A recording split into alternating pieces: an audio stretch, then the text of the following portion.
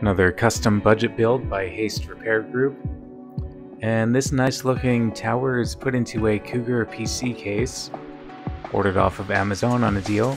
And on the inside we have a Intel Core i7-2600K CPU, 4-core, 8-thread, 3.4 GHz, 16 gigabytes of 1600 MHz Hyper-X RAM, and a GeForce GTX EVGA FTW graphics card, 2 gigabytes GDDR3, and it's all on a Z68MA-ED55 MSI motherboard.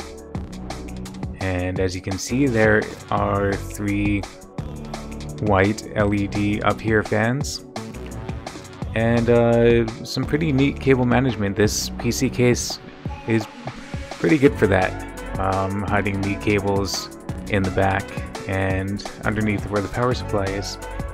So on the front I/O we have USB 2.0 and USB 3.0, microphone and headphone.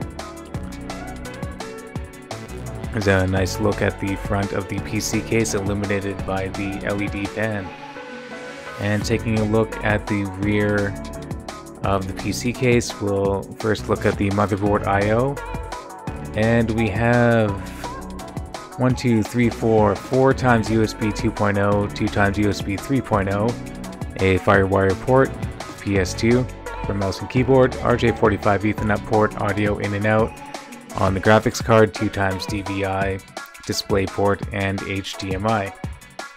And there's the EVGA 510 watt power supply. Here's an example of Apex Legends running at a solid 60 frames per second on high graphics settings.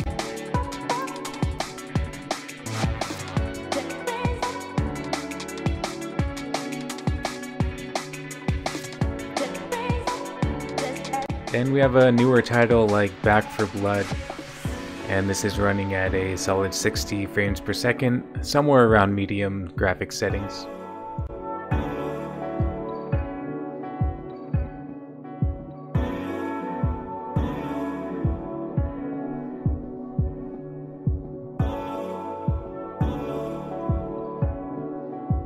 And Counter-Strike runs very well on this PC.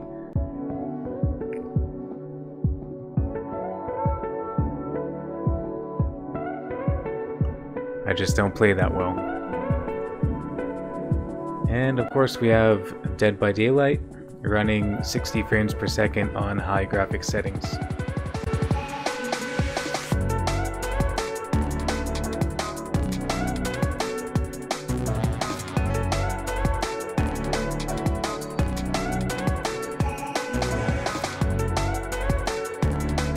Grand Theft Auto 5 runs very well, exceeding many frames per second.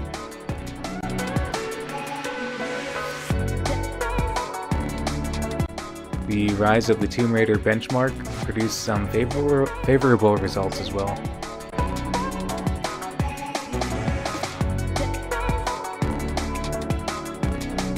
And The Witcher 3, now this game performs well enough to play. It's still pretty smooth at 30 frames per second. Of course, a better graphics card would produce better results, but if you want to play this game, it's totally doable with this card. It's not bad at all. And Skater XL, this is running 60 frames per second on high graphics settings.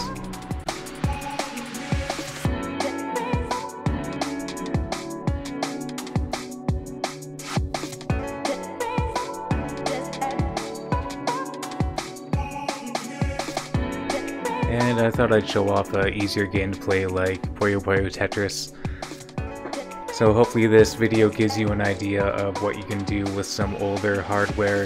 You can play many newer titles, tons of different games. You don't need to spend upwards of $1,500 just to have a good experience. And you know, you can start small and build yourself up. And on a budget, this would be just under $500 Canadian or a bit more. Alright, thanks for watching.